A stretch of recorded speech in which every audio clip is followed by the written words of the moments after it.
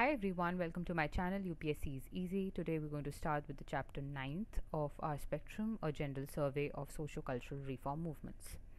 Right? The first personality we will cover in this chapter is Raja Ram Mohan Roy.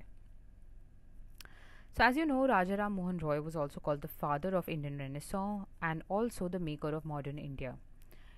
राजा राम मोहन रॉय को ये नाम क्यों दिए गए, आपको आराम से ये बात समझ में आ जाएगी as we read about him more. Okay? राजा राम मोहन रॉय का एक बिलीफ सिस्टम था कि मॉडर्न साइंटिफिक अप्रोच इंसान को फॉलो करनी चाहिए, सोशल इक्वालिटी होनी चाहिए सोसाइटी में और ह्यूमन डिग्निटी होनी चाहिए. राइट? इन्होंने एक बुक लिखी जिसका नाम था गिफ्ट टू मोनोथीस्ट्स. ऑब्वियसली वो मोनोथीज्म में बिलीव करते थे, believed in one God. He actually believed in one God. Right? Also उन्होंने वेदास और उपनिषद्स जो है उनको ट्रांसलेट किया इन बंगाली एंड अदर लैंग्वेजेस. आगे चल के हम पढ़ेंगे that actually he was N unparalleled linguist. उनको बहुत सारी लैंग्वेजेस आती थी. He was aware of Persian, he was aware of Bengali and other languages as well. So he could easily translate Upanishads and Vedas, and also he supported his argument through this that our Vedas and Upanishads actually supported monotheism. Okay, in 1814 he set up Atmiya Sabha. Atmiya Sabha उन्होंने set up किया in 1814, जिसको actually में आप Society of Friends भी बोलते हैं. Okay, इन Calcutta. यहाँ पे इस आत्मीय सभा से और आगे चल के जब वो ब्रह्मो समाज को इस्टेब्लिश करेंगे, ब्रह्मो सभा को इस्टेब्लिश करेंगे, सॉरी नॉट ब्रह्मो समाज, ब्रह्मो सभा को जब वो इस्टेब्लिश करेंगे तो आपको उनकी आइडियोलॉजी के बारे में ज़्यादा पता चलेगा. तो मोनोथीज़म उनकी एक आइडियोलॉजी थी और वो ऑल्सो बिलीव करते थे कि he did not believe in avatars, he did not believe in incarnations. Right? He was against idol worship. Also he was against caste rigidities और meaningless rituals के भी against थे राजा राम मोहन रॉय. ओके, उनका एक बिलीफ सिस्टम था कि वेदांत जो है इट्स बेस्ड ऑन रीज़न, और अगर रीज़न जस्टिफाई करता है तो even departure from scriptures is justified. मतलब कि अगर रीजनिंग स्ट्रॉन्ग हो, राइट, अगर रीजनिंग स्ट्रॉन्ग हो तो आप स्क्रिप्चर्स से भी डिपार्ट कर सकते हैं. मतलब he always kept reason above scriptures. Okay, also he believed कि सारे कल्चर्स में कुछ ना कुछ ऐसा होता है जिससे आप कुछ ना कुछ सीख सकते हैं. तो he believed in selecting the best from every culture and he also found the Brahmo Sabha in 1828. मैं बार बार ब्रह्मो सभा क्यों कह रही हूँ और ब्रह्मो समाज क्यों नहीं कह रही हूँ, क्योंकि एक्चुअली वो उन्होंने ब्रह्मो सभा बनाया था, बाद में इसको रीनेम कर दिया गया टू ब्रह्मो समाज. Through the Sabha he wanted to institutionalize his ideas and missions. The Samaj was committed to the worship and adoration of eternal, unsearchable, immutable being who is the author and preserver of the universe. Right? तो वो prayer, meditation और reading of Upanishad जो है उसके through worship में believe करते थे. वो किसी इमेज या स्टैचू की पूजा नहीं करते थे, पोर्ट्रेट की पूजा नहीं करते थे. ठीक है?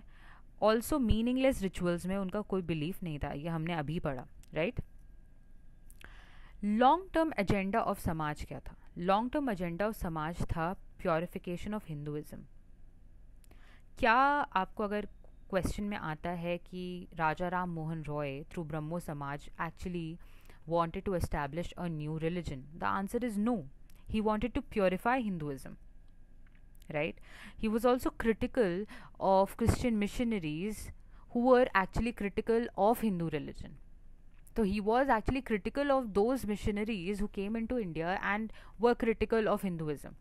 So वो एक्चुअली में प्योरिफिकेशन चाहते थे हिंदुइज्म का, उसका डिनायल, उसका उसको डी एस्टैब्लिश करना नहीं चाहते थे, वो किसी नए रिलीजन को एस्टैब्लिश नहीं करना चाहते थे। वो चाहते थे कि हमारे ऑलरेडी एग्जिस्टिंग जो रिलीजन है उसमें जो लैक्यूनेज है उसको हटाया जाए और उसका प्योरिफिकेशन हो, राइट।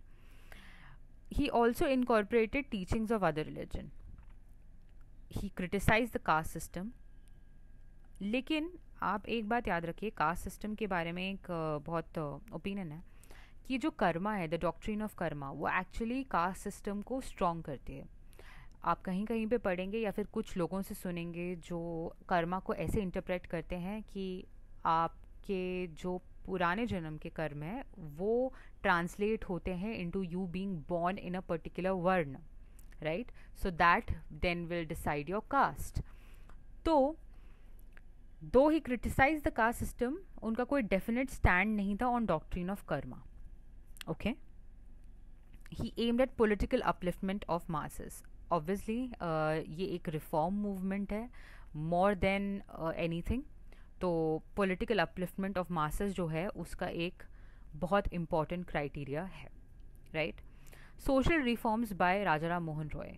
पिछले चैप्टर में हमने पढ़ा कि द मोस्ट इम्पॉर्टेंट जो कंट्रीब्यूशन हम राजा राम मोहन रॉय का बोल सकते हैं दैट इज़ अगेंस्ट सती। उनकी एफर्ट्स की वजह से ही गवर्नमेंट रेगुलेशन ऑफ 1829 आया and Sati became a crime. he was a strong advocate of women's rights and obviously जो भी strong advocates होंगे women right के वो it's जाहिर सी बात है कि they will also attack polygamy, तो he also attacked polygamy, right. He was a gifted linguist, मैंने आपको अभी बताया, Persian, Sanskrit, Arabic, English, French, Latin, Greek, Hebrew, बहुत सारी लैंग्वेजेस उन्हें पढ़ते लिखते आती थी, right. Also he was a strong supporter of freedom of press. आप समझ रहे हैं, you have to realise the kind of personality he is. आज आप फ्रीडम ऑफ प्रेस की बात कर पाते हैं क्योंकि आपके पास पूरा एक डॉक्यूमेंट है, आपके पास लॉ है, आपके पास कॉन्स्टिट्यूशन है। आप इस बारे में सोच पाते हैं क्योंकि आपके पास चीज़ें आपके सामने हैं। उनका पर्सनालिटी के बारे में आप एनालिसिस कीजिए कि ये उस वक्त इतने सारे लैंग्वेजेस में he was gifted. Also he was a supporter of freedom of press. At that time he was standing up for women, right. Also he said कि fixation of maximum rent होना चाहिए, तो he was against the exploitation of peasants, right.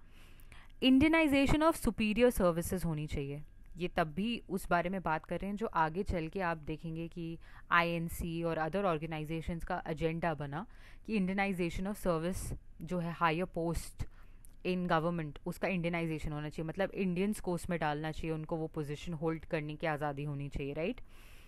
तो he was talking about that also at that point in time. He was an internationalist as well. तो जो बाहर हमारे देश के बाहर रेवोल्यूशंस हो रहे थे उनके सपोर्ट में भी वो थे, उनका भी वो टैप रखते थे। आज के समय में आपको बहुत आसान है to know what is going on around the world through your internet, right. It's one tap away. But at that time, to be so aware of everything that is going on in the world, so please try and understand what kind of a personality he is, so that you can get a gist of, you can understand him, you can, inculcate his ideas in your life. And next thing is कि obviously he was, अभी ही जो चीज़ें इतनी modern हैं या इतनी liberal हैं वो उन चीज़ों को तब फॉलो कर रहे थे, तो ऑब्वियस सी बात है उनके ऑपोजिशन में भी बहुत लोग खड़े हुए, right. So one of the people who opposed him was Raja Radhakant Deb, who had organized Dharma Samaj. Okay, we'll study about him more in detail. Now we come to Debendranath Tagore and Brahmo Samaj. So Debendranath Tagore was also a member of Brahmo Samaj at one point in time. He was the father of Rabindranath Tagore. He actually gave a new life to Samaj and a definite form. तत्वाबोधिनी सभा जो है और पत्रिका जो है उनके head भी ये थे, राइट. इस पत्रिका में उन्होंने सिस्टमैटिक स्टडी की of India's past with a rational outlook. Okay and और उन्होंने क्या किया, of course he was involve in Brahmo Samaj, और अगर वो ब्रह्मो समाज में इन्वॉल्व हैं तो वो अपनी मन मर्जी से ही हुए होंगे, तो obviously he was also supporter of the ideas of Raja Ram Mohan Roy. तो उन्होंने इंडिया के पास्ट को एक रैशनल आउटलुक से, एक लेंस से देखा और उसको अपनी पत्रिका में दिखाया और लोगों को, और प्रोपगेट किया राजा राम मोहन रॉय के आइडियाज़ को। सो जब मैं ब्रह्मो समाज बोलूँ तो अभी आपको दो पर्सनालिटीज़ के नाम पता होने चाहिए। The first one is Raja Ram Mohan Roy and Brahmo Samaj, the second one is Devendra Nath Tagore and Brahmo Samaj. और तत्वबोधिनी सभा भी आपको पता होना चाहिए, it's related to Devendra Nath Tagore. जब मैं आपको बोल रही हूँ ideology of Brahmo Samaj, that becomes a part of your mains, right? And when you have to write about Raja Ram Mohan Roy is also a very prominent personality, तो आपकी जो पर्सनैलिटी सेक्शन है ऑफ योर मीन्स, उनमें उसमें उनका सवाल आ सकता है, उसमें उनके बारे में पूछा जा सकता है। तो ब्रह्मो समाज की आइडियोलॉजी जो है वो आपको मीन्स में काम आएगी। लेकिन तत्वबोधिनी पत्रिका, तत्वबोधिनी सभा को हेड करने वाले कौन थे, या फिर ये जो पर्टिकुलर फैक्ट्स हैं ये आपको प्रीलिम्स में काम आएंगे। तो you have to remember it like that, okay. अब हम आते हैं थर्ड पर्सनालिटी जिनके बारे में हम पढ़ने वाले हैं, वो है केशव चंद्र सेन। इनको आचार्य ब्रह्मो समाज का बनाने का काम किया देवेंद्र नाथ टैगोर ने। इन्होंने पॉपुलराइज किया समाज को आउटसाइड बंगाल। लेकिन देवेंद्र नाथ टैगोर को इनकी सर्टेन आइडियाज़ बहुत ही रेडिकल लगते थे। उनको लगता था कि ये समाज का कॉस्मोपोलिटाइजेशन कर रहे हैं, by inculcating other religions, inviting other religion people into it, right? तो केशव चंद्र और उनके जो फॉलोअर्स हैं उन्होंने ब्रह्मो समाज ऑफ इंडिया, नया ब्रह्मो समाज जो है वो बनाया, that is Brahmo Samaj of India in 1866। और जो देवेंद्र नाथ टैगोर हैं उनके समाज को अब से आदि ब्रह्मो समाज बोला जाने लगा, ओके। तो you have to remember Brahmo Samaj of India Keshav Chandra Sen, आदि ब्रह्मो समाज देवेंद्र नाथ टैगोर, राइट? केशव चंद्र सेन की थोड़ी सी कंट्रोवर्सीज और कंट्रोवर्शियल फिगर होने के कारण आगे चल के हम देखेंगे कि ब्रह्मो समाज का एक और बार स्प्लिट होता है। उन्होंने जो उनकी 13-year-old डॉटर है उसको he got married to the minor Hindu Maharaj of Cooch Behar, right? और बहुत ही ऑर्थोडॉक्स हिंदू रिचुअल से ये शादी हुई।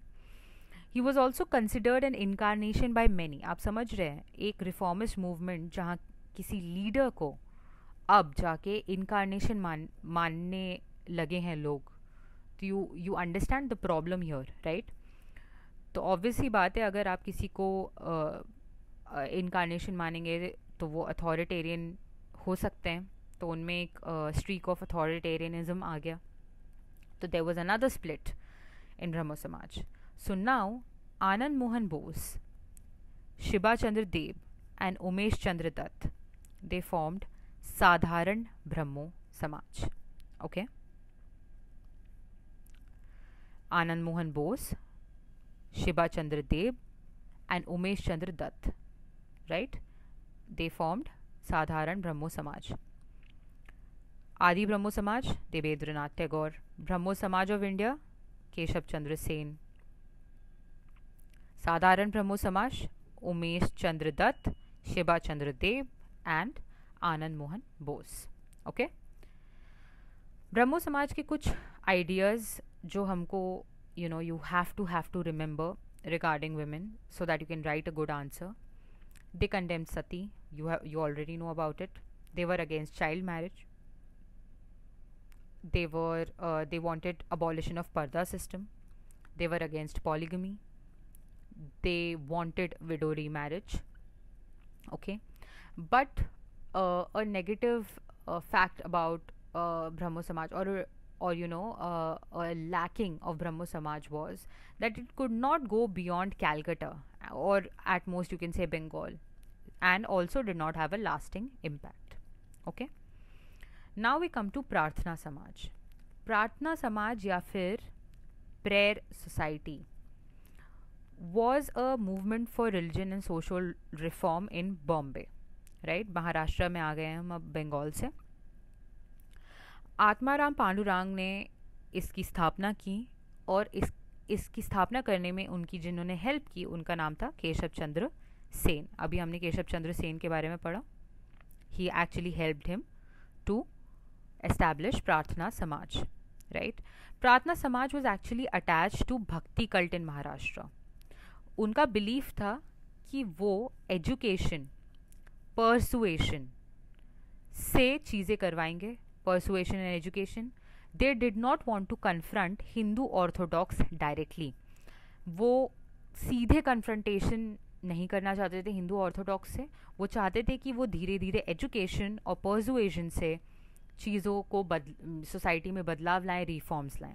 राइट. आप एक और बात याद रखिए कि जो प्रार्थना समाज है उसका प्रीकर्सर, मतलब उसके पहले जो चीज़ आई उसका नाम था परमाहंस सभा. परमाहंस सभा जो है वो एक सीक्रेट सोसाइटी थी जो लिबरल आइडिया स्प्रेड करने के लिए बनाई गई थी. Okay. Now we come to Mahadev Govind Ranade. Right. Prarthana Sabha जो हम पढ़ेंगे तो आपको गोविंद जी के बारे में पता होना चाहिए. आत्माराम जी, गोविंद जी वर एसोसिएटेड विद प्रार्थना सभा. तो महादेव गोविंद रनाडे जो हैं उन्होंने एक्चुअली इसको एक ऑल इंडिया कैरेक्टर दिया. उनके एफर्ट्स ने प्रार्थना सभा को ऑल इंडिया फेमस किया, यू नो, उसको प्रोपगेट किया. ऑल्सो उन्होंने, और कार्वे जी, डीके कार्वे और विष्णु शास्त्री भी यहाँ पे चैम्पियंस देखेंगे, रिफॉर्मर्स. और लेकिन आपको ये याद रखना है कि रनाडे जी और कार्वे जी ने मिलकर विडो रीमैरिज मूवमेंट शुरू किया और later widow remarriage home association भी शुरू किया. This is very important. Widow remarriage पे सीधे सवाल आ चुका है प्रीलिम्स में भी. So you have to remember कि कार्वे एंड रनाडे ने मिलकर विडो रीमैरिज मूवमेंट शुरू किया और विडो रीमैरिज होम एसोसिएशन शुरू किया. ओके. नाउ प्रार्थना समाज के 4 points that you have to remember, the most important 4 points of Prarthana Samaj, Prarthana Sabha. Caste system को ये लोग they were against the caste system. Okay. They were for the women education. They wanted कि women की education हो. They wanted widow remarriage. ठीक है. And they wanted to increase the age of marriage of both the genders. Okay. Both man and women, दोनों का